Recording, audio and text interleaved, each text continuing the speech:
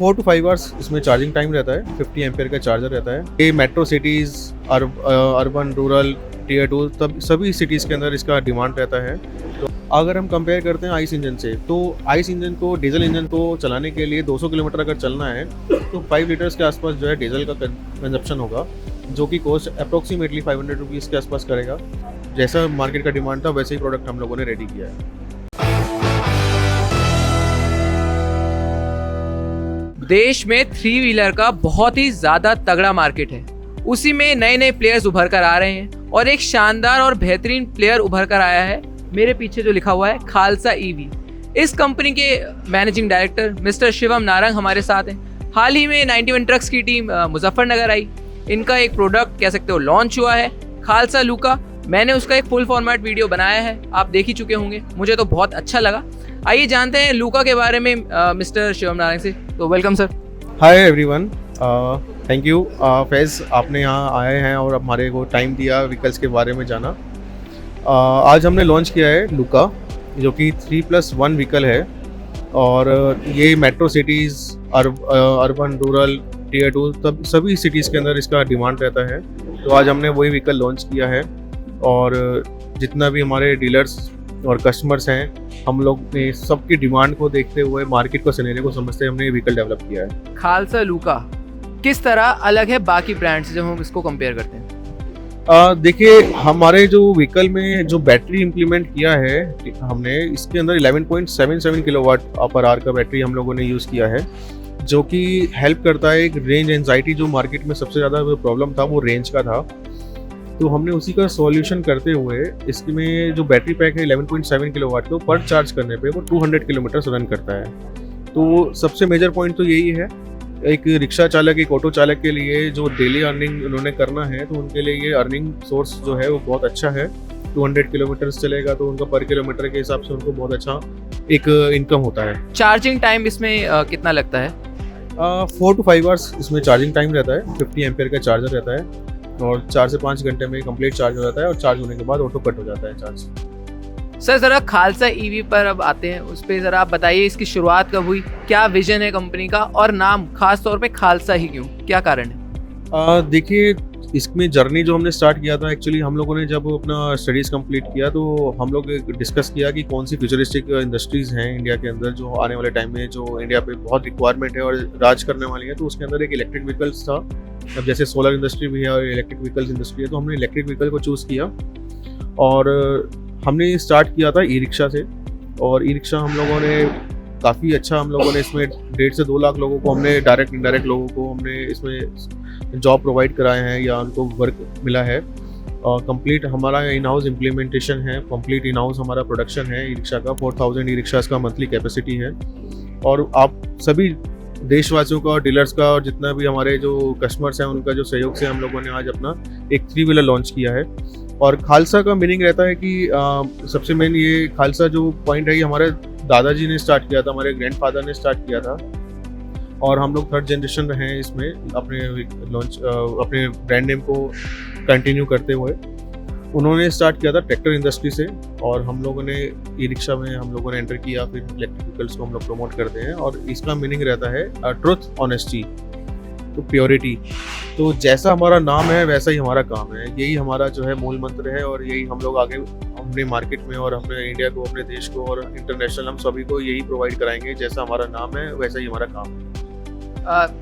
मैं एक सवाल आपसे पूछने वाला था कि खालसा को आप 3 शब्दों में कैसे डिफाइन करेंगे? मुझे लगता है आपने इसका तो कम से कम जवाब मुझे दे दिया है। बाकी इस फैक्ट्री के बारे में बताइए जो मुजफ्फरनगर में स्थित है। ये फैक्ट्री कितनी बड़ी है, कितने एम्प्लॉयज़ यहाँ पर काम करते हैं, रोज़ कितनी 3 व्हीलर्स यहाँ बनते हैं, ज़रा इसके बारे में बता सकते हैं आप? देखिए, यहाँ पर 500 से ज़्यादा वर्कर्स यहाँ पे जो है वर्किंग करते हैं, जॉब्स हैं उन लोगों के पास, जिसमें हमारा fabrication, paint plant, stamping, CNCs और असेंबली सब कुछ हमारा सिंगल रूफ में, अंडर सिंगल रूफ है। और यहाँ हमारा जो लैंड एरिया है अप्रॉक्सीमेटली हमारा 3 एकड़ के आसपास हमारा लैंड एरिया है, जिसमें हम लोगों ने अपना complete e rickshaw manufacturing setup यहाँ पे लगाया है। और हम लोगों ने अब यहाँ पे लूका स्टार्ट किया है और लूका के लिए हम लोगों ने इंफ्रास्ट्रक्चर इन हाउस किया है। तो लूका हम लोगों ने अभी बहुत अच्छा प्रोडक्ट है जो मार्केट के हिसाब से, जो डिमांड के हिसाब से, जैसा मार्केट का डिमांड था वैसे ही प्रोडक्ट हम लोगों ने रेडी किया है। टीयर 2 टीयर 3 सिटीज़ के लिए कंपनी की क्या तैयारी है, क्या प्राइस को ध्यान में रखकर आप लोगों ने ये प्रोडक्ट बनाया है? ज़रा लुका की कीमत क्या है अगर आप बताएं? देखिए, लुका की जो कीमत है वो 3,50,000 से 3,90,000 रुपये है। और इसमें क्या है कि देखिए, टीयर 2 टीयर 3 सिटीज़ में सभी जगह पे आजकल फाइनेंस अवेलेबल रहता है, तो कस्टमर को 50,000 रुपीज़ डाउन पेमेंट देना है। किसी सिटीज़ में 40 भी रहता है, कहीं पर 60 रहता है, तो अप्रोक्सीमेटली हम एवरेज में 50,000 रुपीज़ डाउन पेमेंट मान के चलते हैं। तो 50,000 डाउन पेमेंट देना है और गाड़ी जो है फिनांस हो जाती है और जल्द से जल्द फाइनेंस हो जाता है। एक सिंपल डॉक्यूमेंट्स, KYC और कुछ चाहिए होते हैं। और बाकी प्राइसिंग को देखते हुए हम लोगों ने सबसे पहले रेंज एंजाइटी को ख़त्म किया है और प्राइस हम लोगों ने अंडर कंट्रोल रखा है। और हमारा व्हीकल जो है PM ईयर ड्राइव के अंतर्गत में हमारा रजिस्टर्ड व्हीकल है, तो उसमें हमें सब्सिडी जो है हम कस्टमर को प्रोवाइड कराते हैं। रेंज एंजाइटी की आपने बात करी, तो 200 किलोमीटर से ज़्यादा की रेंज कंपनी क्लेम करती है। मुझे लगता है शायद इस सेगमेंट में इस रेंज को देता है। देखिए, ये अब तक का सबसे बेस्ट है, जो कि GVW पे 200 किलोमीटर्स का माइलेज दे रहा है। और एक जो डेली सोर्स डेली अर्निंग करने का जो एक रहता है, उनके लिए ये इतना मोर देन इनफ है। वो एक दिन में इसको at least 1,000 rupees 1,800 rupees per day income कर सकता है। और आइस इंजन से कंपेयर करें तो बहुत अच्छा है ये। मैं आने ही वाला था इस पर। आप क्या देखते हैं, आप एक MD हैं कंपनी के, आइस और EV का आपके हिसाब से क्या भविष्य है? क्या डीजल वाले भी एक साथ चलेंगे और EV वाले भी एक साथ चलेंगे? आपको लगता है कि EV आने वाले ज़माने में आइस को पिछाड़ देगा? डेफिनेटली पछाड़ देगा, क्योंकि अगर हम कंपैरिजन चेक करें आइस का और EV व्हीकल्स का, तो आप इसी को मैं एक छोटा सा एग्जांपल दूंगा। जैसे कि 200 किलोमीटर्स रन करता है, इसको पर चार्ज करने के लिए एटलीस्ट 100 रुपीज़ पर चार्ज का इसमें एक्सपेंस होता है। तो 100 रुपया खर्च किया और 200 किलोमीटर चलाया। ऑन एन एवरेज अगर हम चेक करें तो 50 पैसा प्रति किलोमीटर ये रन करता है। रनिंग कॉस्ट जो है वो 50 पैसा प्रति किलोमीटर है। अगर हम कंपेयर करते हैं आइस इंजन से, तो आइस इंजन को, डीजल इंजन को चलाने के लिए 200 किलोमीटर अगर चलना है तो 5 लीटर्स के आसपास जो है डीजल का कंजप्शन होगा, जो कि कॉस्ट अप्रोक्सीमेटली 500 रुपीज़ के आसपास करेगा। तो कंपेयर करते हैं तो 100 रुपीज़ में 200 किलोमीटर चलना और 500 रुपये में डीजल व्हीकल जो है वो 200 किलोमीटर चलना, तो 400 रुपये का इसको एक एक्स्ट्रा इनकम होता है। 400 रुपये जो धुआं में जा रहा है वो उसका डेली इनकम हो रहा है, इसी में उसका EMI निकल जाएगा, तो कस्टमर खुश रहेगा। लाइफ अच्छी है, व्हीकल की क्वालिटी प्रोडक्ट है, 5 साल की वारंटी के साथ बैटरी पैक दे रहे हैं। 5 साल तो कस्टमर को कोई परेशान होना नहीं है, चेक बिल्कुल 5 साल तक तो कंपनी देखेगा।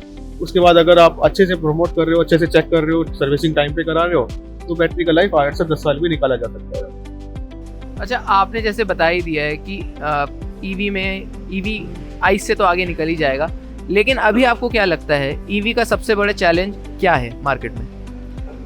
चैलेंज रेंज एंजाइटी था, जो कि हमने सॉल्व किया है।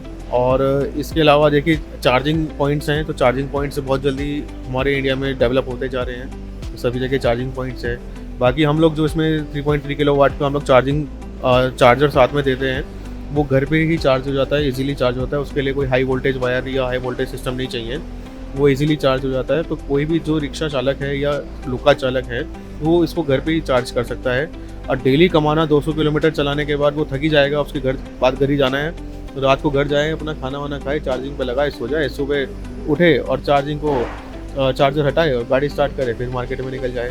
तो ऐसा कोई चैलेंज नहीं है इसके अंदर, जो चैलेंजेस हैं वो हमने सॉल्व कर दिया है। जाते जाते एक और सवाल, एक मिथ जो आप तोड़ना चाहेंगे EV कमर्शियल इंडस्ट्री में जो चल रहा है, कोई भ्रम ऐसा कोई भ्रम नहीं है।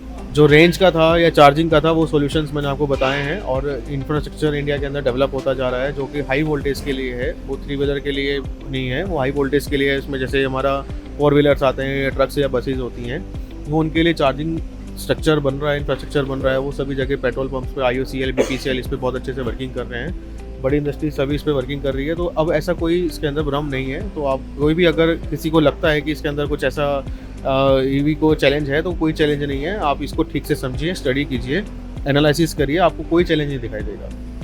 आशा करता हूँ आप लोगों को ये हमारी बातचीत पसंद आई होगी। इसी तरह अपना प्यार बरसाते रहिए, मेरी तरफ से और मेरे कैमरा पर्सन गोविंद की तरफ से और MD सर की तरफ से बहुत बहुत नमस्कार।